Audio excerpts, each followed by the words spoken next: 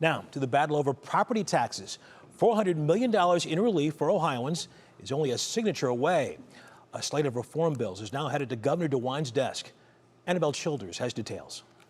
Wednesday, the Ohio Senate voted on 4 property tax reform bills passed by the House.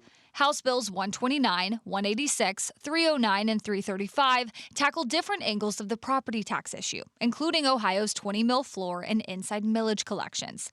Before the votes, Democratic Senator Kent Smith argued the legislation was rushed and it's too early to know the impacts of the bills as a whole. Between 129 and 186, the right hand doesn't know what the left hand is doing, and the taxpayers are going to end up holding the bag for all of our sloppy, hasty decisions. But that argument didn't move the needle. Ultimately, all 4 bills did pass. For the first time ever, the legislature is actually capping and limiting unvoted property revenue coming in from homeowners. Representative David Thomas, a primary sponsor of the 4 bills, explains that House Bill 186 will establish a new inflation cap credit to prevent increases in school district property taxes that exceed the rate of inflation.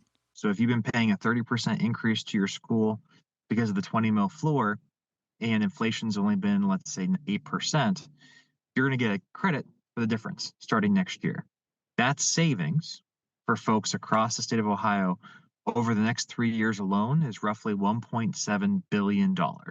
Also in House Bill 186 are changes to the owner occupancy tax credit over the next 4 years, which will give an estimated $400 million a year in savings to homeowners. Thomas says the other 3 bills will give voters more control over their tax bills by preventing unvoted spikes. What voters are getting from these 4 bills is essentially the promise that what happened over the last 5 years will not happen again. So the next step now is for these 4 bills to be signed by Governor Mike DeWine. Once they become law, homeowners can expect to see a reduction in their property tax bills starting in the second half of the tax season next year. Russ. Okay, Annabelle Childers in the newsroom. Thank you.